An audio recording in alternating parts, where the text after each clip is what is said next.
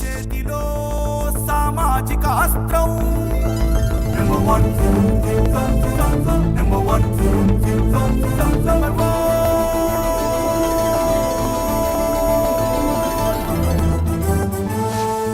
Number one. మీరు ఏ గుళ్ళోకి వెళ్ళినా మీరు ఎక్కడ ఇబ్బంది పెట్టలేదు, అందరూ బాగానే ఉంది. సడన్గా చిలుకూరు బాలాజీ టెంపుల్కి వెళ్ళినప్పుడు అక్కడ ఏం జరిగింది, మీరు ఏం చూశారు, ఎందుకు ఆయన మీద దాడి చేశారు? ఒక పండితుడు, ఒక బ్రాహ్మణుడు, ఒక అర్చకులు ఎలాంటి స్థితిలో ఉండకూడదు, అంటే గుడి ప్రాంగణంలో ఏ వ్యభిచారం చేయకూడదు, ఆ వ్యభిచారం చేస్తూ ఆ రూమ్ లో ఉన్నారు. మేము అసలు ఊహించలేదు, ఎలా ఉంటారని ఊహించలేదు.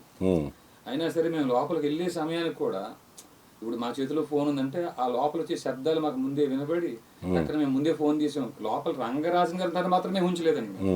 ఫోన్ తీసాం. ఈ లోపల ఆ డోర్ ఏదైతే మేము తోసి లోపలికి వెళ్ళామో మేము ఆ లోపలికి వెళ్ళే సమయం వాళ్ళు అలర్ట్ అయిపోయి కొంత ఒక ఆవిడేమో అర్ధనగ్నంగా ఉన్నారు, ఒక ఆవిడ పూర్తి నగ్నంగా ఉన్నారు, ఈయనేమో కింద ఏమీ లేకుండా ఈ టీ షర్ట్ పైకి లాక్కున్నా అలాంటి స్థితిలో ఈ పెద్ద ఆయన ఈయన ఉన్నారు, రంగరాజన్ గారు ఉన్నారండి. అయితే ఇలాంటి స్థితిలో టక్కన మా ఫోన్ ఉంది కదా, ఆ ఫోన్ చూసి ఆ ఫోన్ లాక్కోవడం కోసం మీద ఉరికేటండి. మీరు వెళ్ళి ఫోన్ తీసుకుంటూ వెళ్ళారా? అంటే ఎంతమంది వెళ్ళారు, మీరు ఎంతమంది వెళ్ళారు చెప్పన్నారు? సుమారు మేము 20 మంది పైన ఉంటామండి. 20 మందిలో కూడా ఆ పైకి వెళ్ళింది మాత్రం ఒక 4-5 మెంబర్స్ అండి. అది ఇప్పుడు గుడిలో పాత బిల్డింగ్, అది పాత పురాతనమైన పాత బిల్డింగ్, అదే బిల్డింగ్. అవును స్వామి, అవును. ఇప్పుడు డోర్ వేసి ఉంటుంది కదా, మీరు ఎట్లా వెళ్ళారు లోపలికి? సహజంగా ఏంటంటే ఇప్పుడు ఈ డోర్ ఏదైతే ఉందో కొంచెం పాతకాల డోర్ లాగా ఉన్నాయండి. ఇట్లా గట్టిగా ఇట్లా అనగా కూడా అది ఏమంటారు, అది లూజ్ ఉంటుంది కదా, అది బోల్ట్ అట్లా అయిందో మరి ఈజీ కొంచెం గట్టిగానే తోసాను మేము కూడా, లైట్ గా ఏం చేయలేదు మేము కూడా. అది ఈజీగా ఓపెన్ అయి ఉందండి అది. ఆ తర్వాత ఈ డోర్ శబ్దానికి వాళ్ళు ఆ బెడ్రూమ్ కి దీనికి కొంచెం గ్యాప్ ఉంది, 5-6 ఫీట్ల గ్యాప్ ఉందండి. అంటే ఏదైతే మేము డోర్ తోసున్నామో దానికి మధ్యలో చిన్న గ్యాప్ ఒకటి ఉందండి. ఆ బెడ్రూమ్ నుంచి బయటకు వచ్చాడు ఆయన. అయితే మేము ఎలా అయితే ఈ ముఖంగా చూస్తున్నామో చాలా స్పష్టంగా వాళ్ళ యొక్క నగ్న స్థితి తెలుస్తుందండి, మాకు తెలుస్తుంది. మీ డైరెక్ట్ ఎదురు కనపడ్డారు? అంటే ఎదురు కదండి, డోర్ ఎదురుగా ఉంది. వీళ్ళు ఏమో లెఫ్ట్ సైడ్ లో ఉంటారండి వీళ్ళు. సరే, మీరు అక్కడ వెళ్ళిన తర్వాత ఆయన ఏమన్నారు? మిమ్మల్ని చూడగానే మీరు వీడియో తీసుకుంటూ వెళ్ళారంటున్నారు. వీడియోలు ఉన్నాయా మీ దగ్గర? ఉన్నాయండి.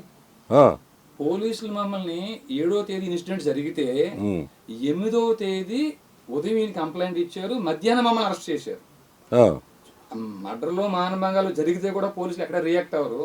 ఆయనకుండే రాజకీయ పలుకుబడి మొత్తం ఉపయోగించి మధ్యాహ్నం నన్ను పోలీసులు అరెస్ట్ చేసినప్పటి నుంచి వాళ్ళ వెతుకులాడంతా వీడియోల కోసమే, ఫోన్ కోసం.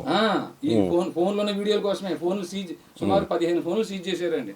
అంటే నా ఫోన్ కూడా వీడియో కొంచెం తీయబడి ఉంది. రంగరాజన్ గారు నా చేతిలో ఫోన్ లాక్కున్నాడండి ఆయన. ఆయన ముందు అందితే జుట్టు అందకపోతే కాళ్ళు 2 పనులు చేసేటండి ఆయన. లాక్కుని కింద పడినంత నా ఫోన్ కొంచెం పగిలింది కూడా. ఇప్పుడు ఆ పోలీస్ స్టేషన్ లో సీజ్ అయిన ఫోన్ పగిలిపోయి ఉంటుందండి. పోలీస్ స్టేషన్ లో సీజ్ అయిన ఫోన్ పగిలిపోయి ఉంటుంది. ఎందుకు పగిలింది మీకు అర్థమైందా స్వామి?